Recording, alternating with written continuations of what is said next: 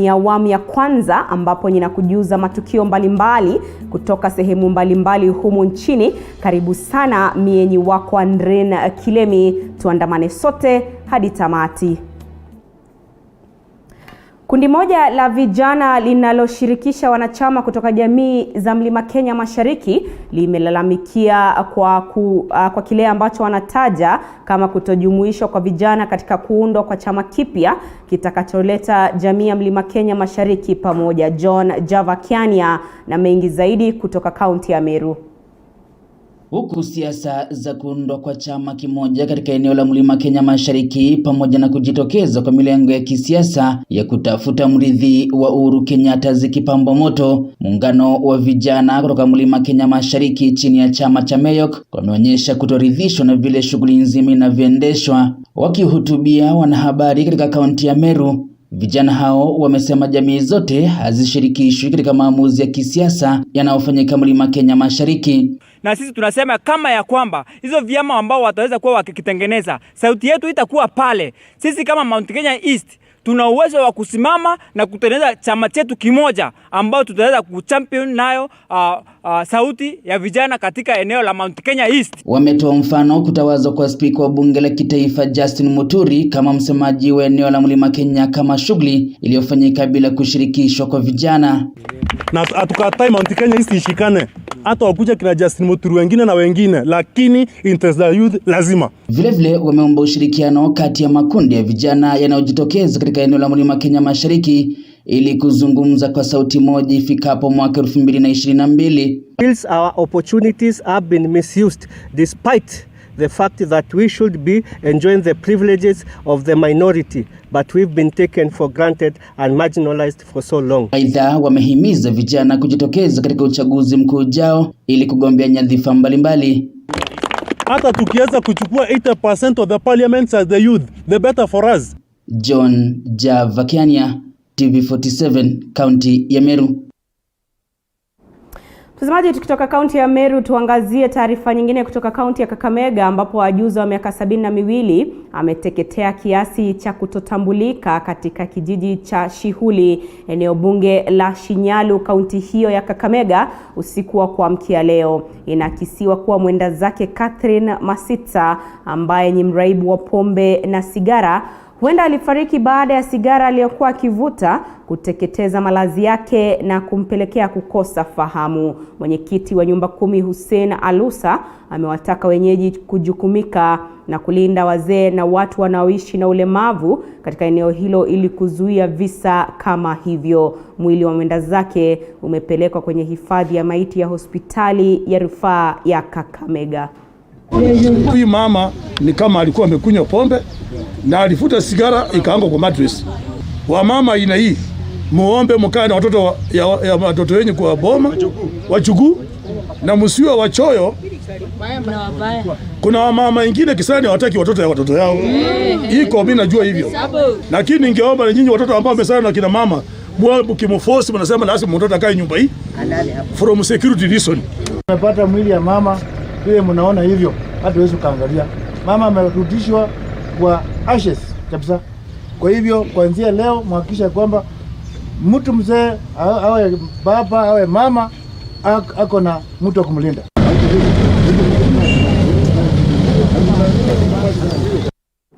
Na huku viwanda vya sukari katika eneo la magharibi vikigubikwa na masaibu ya usimamizi katika siku za hivi karibuni, wanasiasa wametakiwa kukomesha kuingiza siasa kwenye ufufuzi wa viwanda katika juhudi za kutoa nafasi bora kwa serikali na wawekezaji wengine kufanya kazi yao kikamilifu. Mike Kagongo anaarifu zaidi. Siku za hivi karibuni, viwanda vya sukari vya Nzoia kaunti ya Bungoma na kile cha Mumias kaunti ya Kakamega vimetapatapa kutokana na matatizo mbalimbali yakiwemo hali mbovu ya uongozi na siasa mbovu kutoka kwa wanasiasa. Mjini Mumias, kampuni ya Devki Steel Mills ilitangaza kujiondoa katika mwafaka wa kufufua kiwanda cha Mumias baada ya kuahidi kufanya hivyo hapo awali. Kiwanda cha Nzoia nacho kimeshuhudia maandamano baada ya maandamano kufuatia madeni ya wakulima wa miwa na wafanyikazi, jambo lililosababisha waziri wa kilimo Peter Munya kumsimamisha kazi mkurugenzi mkuu Michael Makoha kwa muda wa miezi mitatu. Hata hivyo, kwa mujibu wa waziri wa ugatuzi Eugene Wamalwa, siasa za wanasiasa zinawafanya wawekezaji kuhofia kabla ya kuchukua usukani. Kuna investors ambao wangependa waje to partner na hii Nzoia, lakini wanasiasa wakianza kupiga kelele, wanasema kelele za chura hazizuii ng'ombe kunywa maji, lakini kelele za wanasiasa ni hatari sana, zitafanya wawekezaji waogope kuja kuinvest in our factories. Hata hivyo, Wamalwa wamekashifiwa pakubwa kwa kutepetea kwenye ufufuzi wa viwanda vya eneo hili, akitakiwa kuwajibika zaidi. Kwa unyenyekevu niambie Waziri Eugene, ulituletea mawaziri 7 pale Nzoia. Munya akatangaza kwamba maneno ya deni ya Nzoia imemalizwa. Nikasimama nikasema hautadanganya hapa. It has come to pass. The mistake that the minister did is to dissolve the board of Nzoia before Nzoia was privatized. Sasa wakisema wako wanakuja kulipa wakulima wetu ama wako wanafanya mambo ya negotiation huko mahali, ni kina nani wanafanya kama sio wabunge wenu hawa na stakeholders wa hapa? Na siku moja tu baada ya waandishi wa habari kaunti ya Bungoma kuandaa maandamano kufuatia vitisho vya gavana Wycliffe Wangamati kwa mmoja wao, spika wa seneti Ken Lusaka amekashifu kitendo hicho, akisema huenda gavana huyo akachochea vita katika kaunti ya Bungoma. Tuko na vitengo katika kila serikali. Tuko na media wanaitwa fourth estate. Media fourth estate kwa sababu pia ni kama mkono mwingine ya serikali. Tuko na executive, tuko na legislature, tuko na judiciary. Kila watu wafanye kazi kulingana na kazi yao. Tusijaribu kuhangaisha kitengo kimoja. Kwa sababu every arm of government is important. Media is important. I may not agree with what you are saying, but let me give you an opportunity to say it. Kutoka kaunti ya Bungoma nikiarifia TV 47, mimi ni Mike Kagwango. Asante sana Mike Kagwango kwa taarifa hiyo. Kwingineko, baraza la kitaifa la makanisa ya Kenya NCCK limekashifu mtindo wa uhamasishaji wa kisiasa wa kikabila na dini ambao umechukuliwa na viongozi humo nchini. Mwenyekiti wa NCCK eneo la Bonde la Ufa, Mhubiri Ernest Ngeno, amesema kuwa mtindo huo unatenganisha umma kabla ya uchaguzi mkuu ujao. Aidha, Ngeno ameshauri kusimamishwa kwa kutawazwa kwa viongozi katika madhehebu, akisema kuwa kuna sambaratisha ushikamano humu nchini.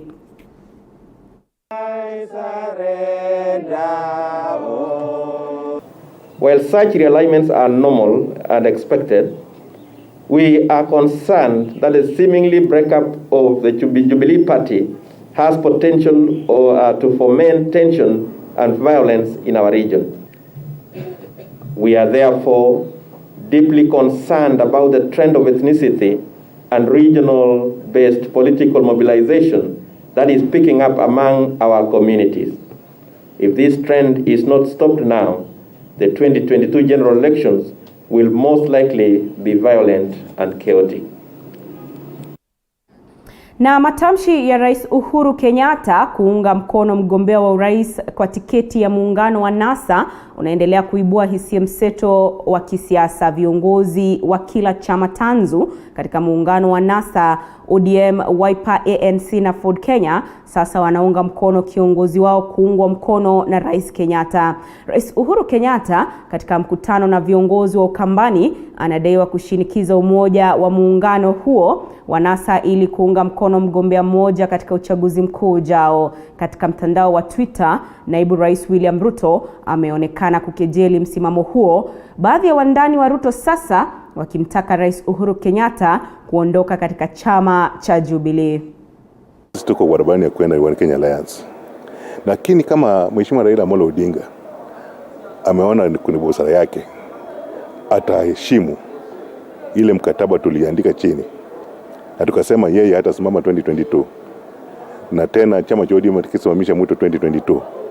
Na atawachilia hao viongozi wengine, Mheshimiwa Musalia Mudavadi, Mheshimiwa Kalonzo Musyoka, Mheshimiwa Wetangula kukubaliana candidate na wapatie support. Sisi tutaendelea na hiyo mrengo. We've already tried for 10 years to support the Honorable Raila Odinga. So why will we repeat really?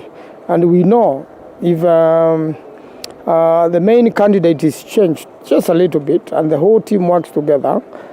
We know very well that a lot more will be achieved in terms of the numbers. Politics is a game of numbers. So I'm sure when they sit together, they will come up with a winning candidate. And from in my own thinking, the best candidate for now is the Honorable Kalonzo Musyoka. He will be able to unite the country without a lot of squabbles. In the last election, the second person who had united Kenyans was from NASA. So he's saying, look, if you guys don't agree to break apart into small pieces, you will most probably be the people with the largest crowd behind you in the next election. So don't agree to break up, because if you stay together, then you're more or less guaranteed to come and tell me this is the way we want to go. And because you are the ones who are going to have the most people, I will support. That is what he's been consistent on. And even for anybody, including the deputy president, to think that this is against him, he needs to ask himself what changed. Because the initial arrangement was the Jubilee Party had the most people around him. Na mjadala mkali umezuka katika bunge la kitaifa la kuwataka watakaowania viti mbalimbali katika uchaguzi wa mwaka ujao kuwa na shahada katika mswada uliowasilishwa bungeni. Walalamishi wanadai kwamba wawakilishi wa wadi hawafai kuwa na shahada, lakini hata hivyo spika wa bunge la kitaifa amesema kwamba ni haki yao kuwasilisha mswada wa kupinga, ila sheria inastahili kufuatwa. Aliyekuwa kiongozi wa wengi katika bunge la kitaifa Aden Duale anasisitiza kwamba wakati huu ni lazima wagombea wawe na shahada, la sivyo wasitishwe kuwania viti hivyo. Vuta ni kuvute bado inazidi kuibuka kati ya viongozi mbalimbali kuhusu swala la kutakiwa kuwa na shahada kwa waniaji wa kiti chochote kuanzia uchaguzi mkuu ujao. Wabunge wawili sasa wamewasilisha mswada bungeni kutaka sheria hiyo kusitishwa kwa sasa. They further argue that since the COVID-19 pandemic disrupted the academic calendar, some sitting and aspiring candidates who do not meet the academic requirements may be disadvantaged, as they may not have completed the pursuit of their degrees within the projected time period of less than 2 years to the next elections. Until 2022, go back to school, go back to university. And the Speaker, COVID cannot be the reason. Today, you know what's happening? When even your wife chases you away, you use COVID as a reason. Kulingana na mwenyekiti wa tume ya IEBC, sheria hiyo inaanza kutekelezwa kuanzia uchaguzi wa mwaka ujao. If anybody wants to go to court, I think they are free to do so.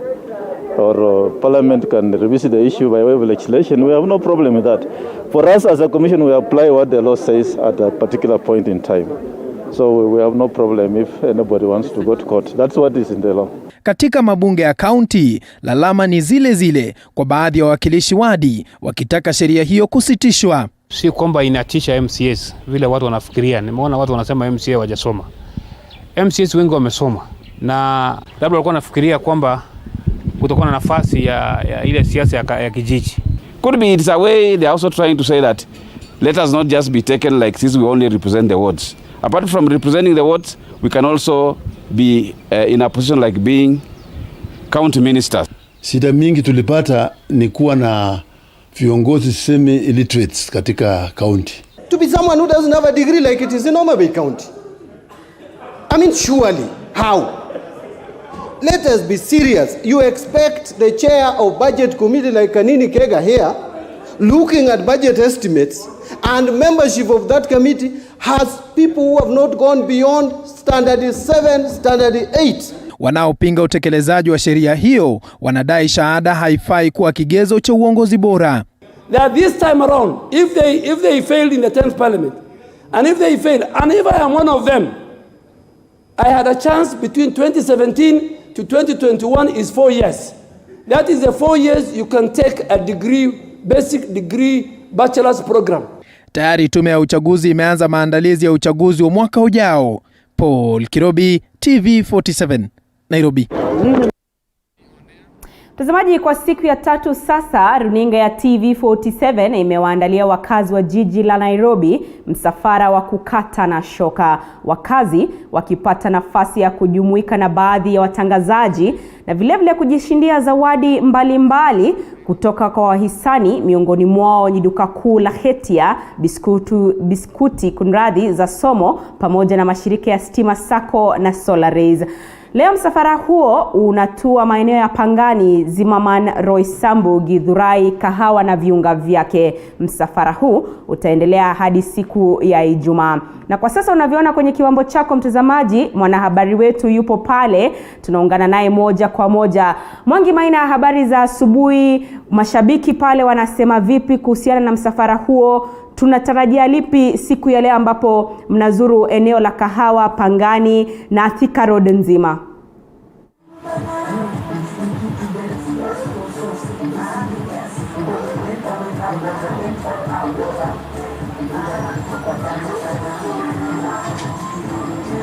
Na shukran sana Andrin Kilemi, kama ulivyosema, leo hii ni siku yetu ya tatu kwenye msafara wetu wa runinga ya TV47, tukiendelea kujumuika na wakaazi jijini Nairobi.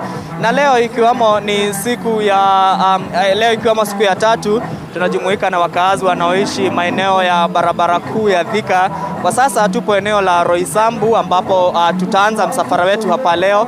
Tutaelekea maeneo ya Kasarani, tutaelekea maeneo ya Mweki, tutaelekea maeneo ya Githurai, tutaelekea maeneo ya Kahawa, tutaelekea maeneo ya Zimmerman, kisha tukirudi tutarudi na Ngara, tutaenda Allsops, tutaenda Mlango, tutaenda Victory. Kwa hivyo haya maeneo yote ambayo yaliomo kwenye eneo la barabara kuu ya Thika na viunga vyake, leo tutakuwa tunatua huko. Kumbuka tunajumuika na watazamaji wetu kuendelea kuwapa motisha na kuwachochea kuendelea kutizama runinga ya TV47. Kumbuka hivi majuzi tumeweza kupewa zawadi kama televisheni ambayo inakuja kwa kasi mno.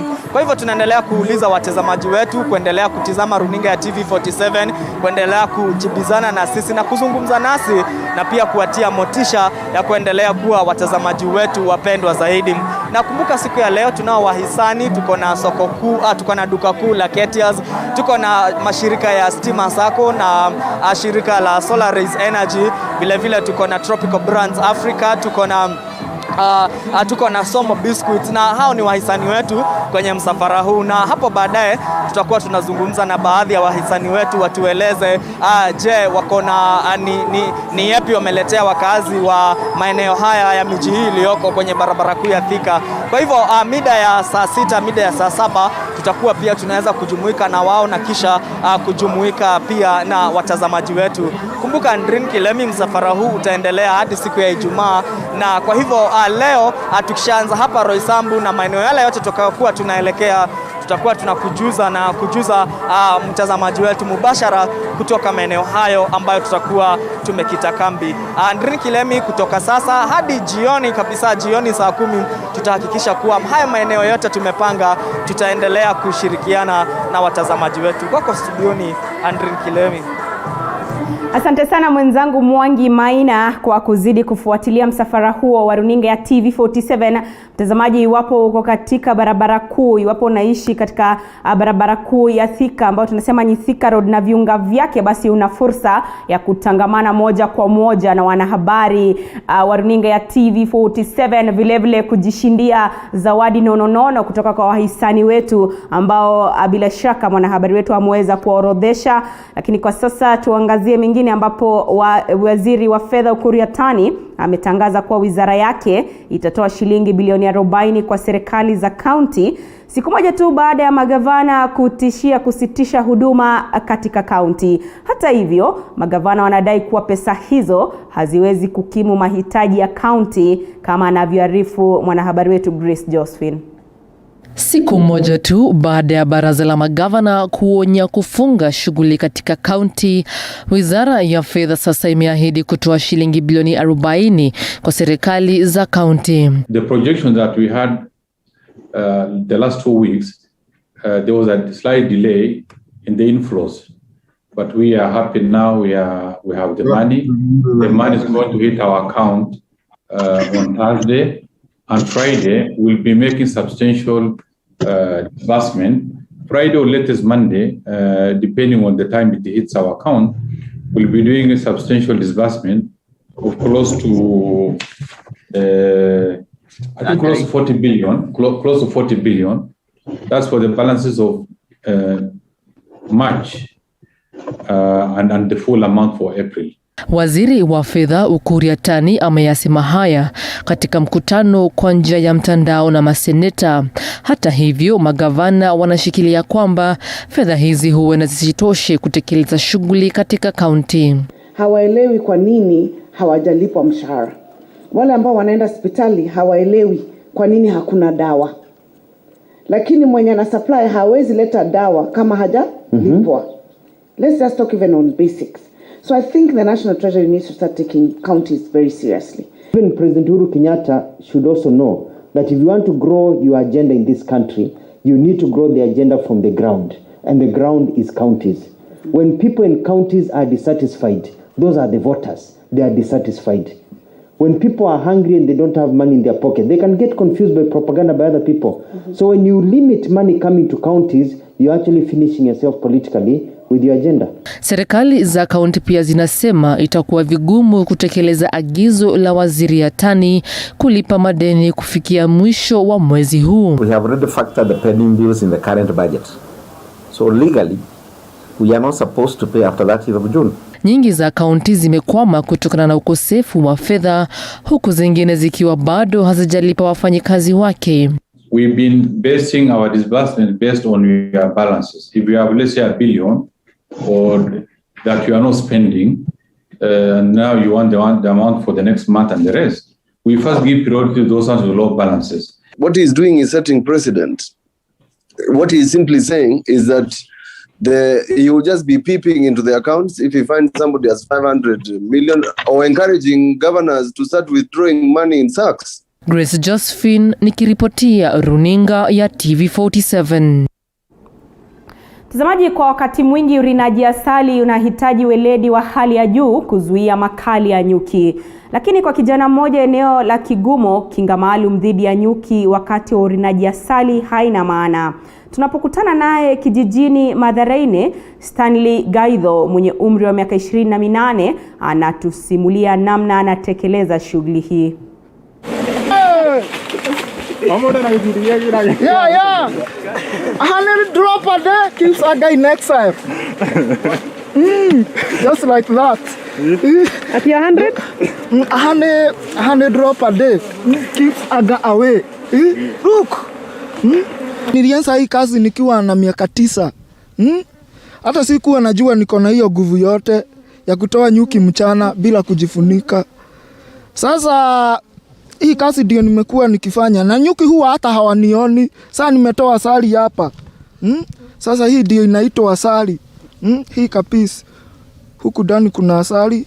Haya, na huku hii ni watoto yake bado hawajakoma. Mimi ni kumsaidia tu, nimekuwa nikimsaidia. Pengine kumtalizia ground. Sasa yeye anakuja kufanya kazi hiyo ya kutoa. Mtazamaji, bango la barabara iliyoitwa jina Francis Atwoli lilichomwa usiku wa kuamkia leo na watu wasiojulikana. Hata hivyo, bango hilo limerejeshwa, Atwoli akisema halimbabaishi. Daniel Masiza anaarifu zaidi. Tangu bango la barabara hii ya Francis Atwoli kuwekwa mwezi Mei mwaka huu, limekuwa likiondolewa na watu wasiojulikana na kisha kurejeshwa na wanaoshabikia katibu mkuu wa muungano wa vyama vya wafanyikazi nchini KOTU Francis Atwoli. Lakini leo usiku bango hilo liliteketezwa moto na watu wasiojulikana. Akijibu hatua hiyo kupitia ukurasa wake wa Twitter, Atwoli ameeleza kuwa haimwathiri kwa vyovyote, bali waliohusika watajutia kitendo hicho. Matamshi ya Atwoli yakionekana kuwakera na kushabikiwa katika mitandao hiyo. Hatua ya kubadilishwa kwa jina la barabara ya Mandera hadi Francis Atwoli mwezi Mei mwaka huu imeendelea kuzua mjadala namna serikali ya Nairobi kupitia naibu gavana Ann Kananu iliendesha shughuli hiyo, ikizingatiwa hakuna mswada uliowasilishwa katika bunge la Nairobi kuidhinisha hatua hiyo. Daniel Masiza, TV47. Mtazamaji, bango hilo liliteketezwa usiku wa kuamkia jana. Zimekatika dakika 25 baada ya saa 4 asubuhi saa za Afrika ya Mashariki. Mtazamaji, kwa hilo ninahitimisha taarifa za matukio Mtambuko. Mwendo wa saa 6 tutarejea hapa na taarifa zaidi. Nimekuwa wako Andre.